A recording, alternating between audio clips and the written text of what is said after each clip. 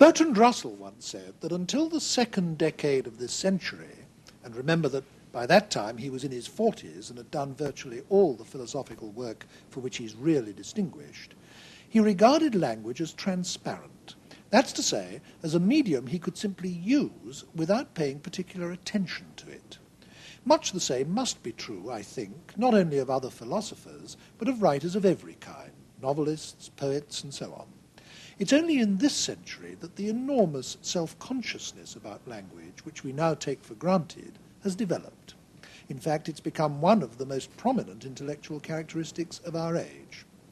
What's involved isn't just a superficial interest in words, but beliefs about absolutely fundamental matters. For instance, it's come to be widely believed that it's more than anything else the particular power of abstract thinking made possible to us by language that enables us to conceptualize and cope with innumerable aspects of reality which are not present to us, and thus to relate ourselves to the world in the way we do. Many believe that it's this, more than anything else, that differentiates us from the animals.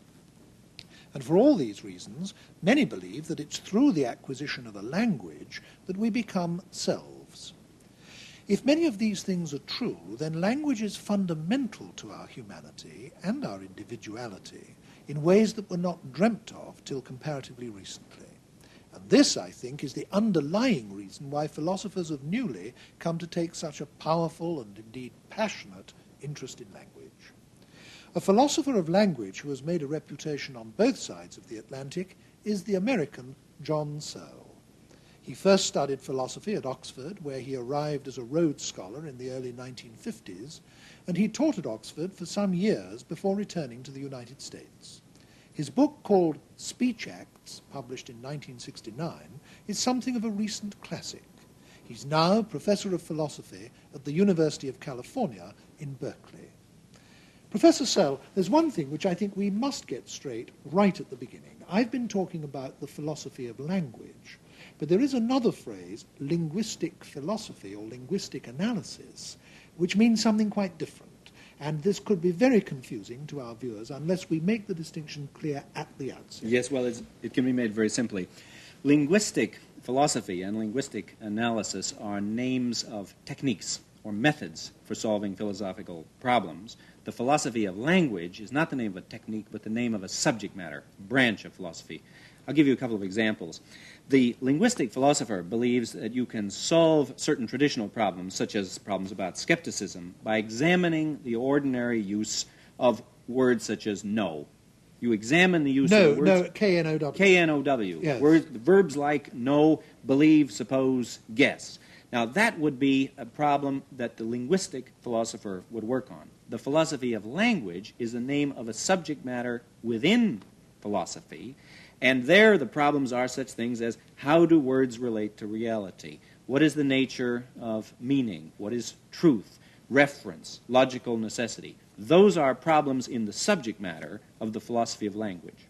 Now, obviously, philosophers of language like yourself, regard language as being absolutely fundamental to human life and human thought and so on. I tried to explain just now in my introduction to this discussion some of the reasons why, but I think it would be especially interesting to hear from you as a professional in the field, your reasons for regarding language as being as central as you clearly do regard it as being. Well, I think, to begin with, it's almost bound to be central to philosophy. Philosophy is, in an important sense, a conceptual inquiry. But quite apart from philosophy, I think language is crucial, for some of the reasons you were suggesting, crucial to an understanding of human beings and human life.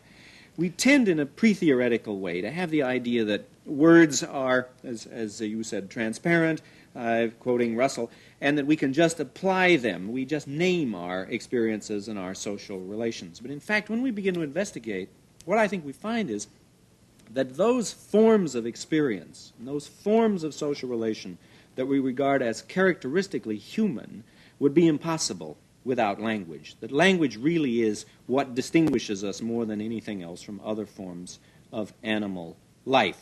I'll give you a couple of examples. Wittgenstein gave a very simple example to illustrate this about experience. It might seem obvious that our experiences just come to us independently of any language, but what Wittgenstein pointed out was a great many of our experiences would be impossible without language. And he gives this example. He draws a triangle, and he says, now see this as apex and that as base.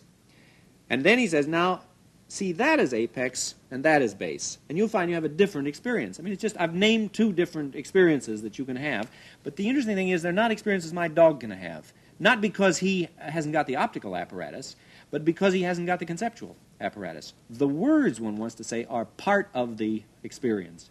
Now, that's a trivial example, and one could give lots of more grand examples. I mean, let's take the following. La Rochefoucauld said, I forget where, that very few people would fall in love if they never read about it. And I think there is a real underlying truth in that, and that is that categories like love and hate themselves influence the experiences, that our concepts determine, or at least shape, our experiences, that it would be impossible to have the experiences that we have without the linguistic categories we have. In other words, our experience of the world doesn't consist of the world as a lot of independent objects to which we as human beings then attach the labels of names, i.e. words. What you're saying is the objects don't exist separately from the words, that the words enter into the very structure of our experience. Yes, now let me see if I can say what I think you're driving at. It would be this: not that language makes the world. That's the kind of subjectivism that I wouldn't want to accept, but rather something like this. What counts as an object, what counts as reality, is a function of the system of representation that we bring to bear on reality, namely language. So the world doesn't come to us all sliced up into objects and experiences. What counts as this object, or the same object, or as a book, or a table, or a glass, that is a matter of the categories that we impose on the world, and those are linguistic. Would you say that this is true of say, an everyday object? Now, I'm holding here a glass of water, and I'm having the simple experience of seeing a glass of water. Now, for me to have the experience of seeing a glass of water, it's not enough for me simply to be having certain visual data. I've also got to have the concept glass and the concept water. Precisely. And I've got to be able to locate this experience as coming under that concept. And therefore I couldn't have the experience of seeing a glass of water without some linguistic equipment. That's the point I'm making, precisely yeah, that. Yeah. And therefore the language that we have helps to create the very categories in which we experience the world, the very categories in which we see objects, has language built into them. This is what you're saying. It's precisely that. Yes. Therefore, by investigations in the philosophy of language, we are investigating the very structure of experience. Yes, yes. And the structure of whole ways of life and ways of viewing the world and so on. And indeed, that was one of Wittgenstein's great themes, was the idea that a language is a form of life, and that we should think of language as interpenetrating with our life, not as something that stands outside it and pictures it, as he once thought. Now, another thing I said in my introduction to this was that this enormous self-consciousness about the use of language is something that characterizes this century. It's very striking that something very similar is true of the arts as well.